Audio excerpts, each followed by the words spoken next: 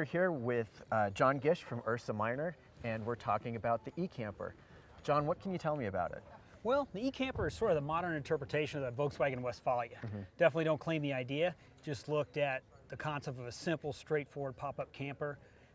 Origin inspiration, obviously Volkswagen. I was a long-time Volkswagen guy, but since they don't make them, they don't sell them here in the U.S., you're either, kind of going for a restoration, or you're looking at a lot of entertaining time underneath your Volkswagen, learning the various mechanicals.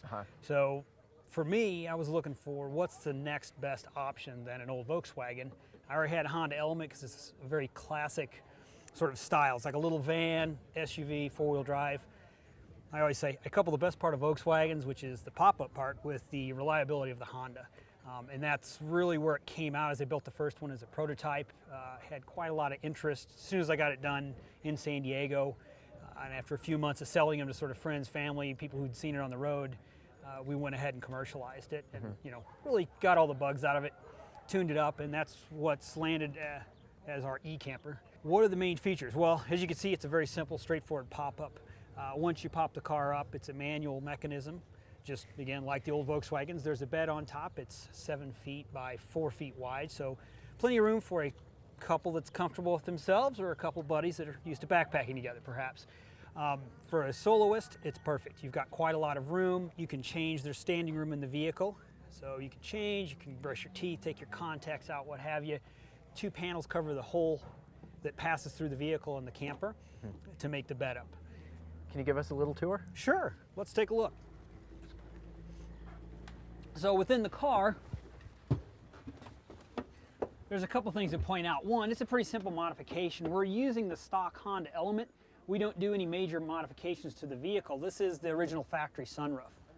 So we didn't cut the hole, Honda did all the hard work for us.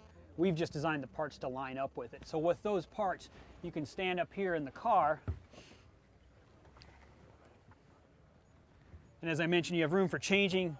I'm 5'9", so you got a little bit of headroom still for even the 6-footers. Almost 7 feet long, 4 feet wide. You can see I've got the car open either for pure open air beach style camping. There's also the screened in option. And behind the screens, we also have a rain cover. There's also ventilation at the front of the car, so you can get the cross flow.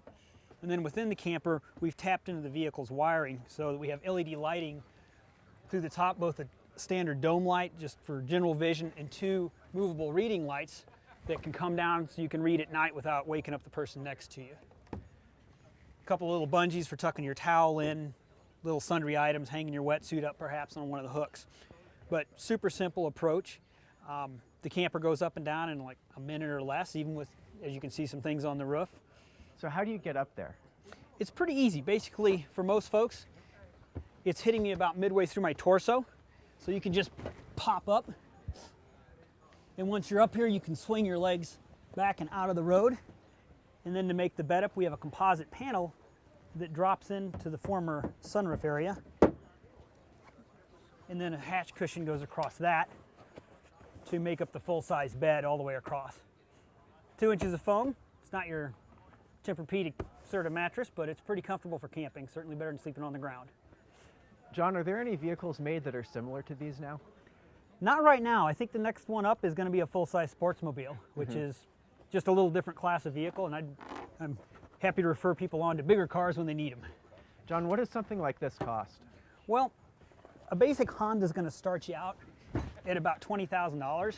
Our conversion starts at $4,300.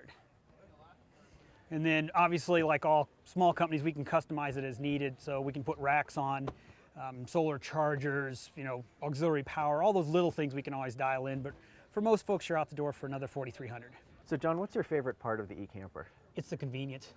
This is a low-profile vehicle. I can drive it to work every day. It is a 4-seater typically, so it's a car I drive to work. I can take people out for lunch. It's still a nice, good road handling, quiet, all the features, ABS, air conditioning. But when I want to leave for the weekend, it's already done. I'm off and running. How about gas mileage? The Honda itself typically gets around 20 to 25 highway miles. That's what Honda rates it depending on the year and the new EPA rules. We found that really the camper doesn't even change it. Your driving habits affect it far more. So pretty much better than any other comparable SUV with a rooftop tent that you can get. It's pretty respectable. It's pretty respectable. I'm very happy with it. Like I said, you're always going to be in the mid-20s.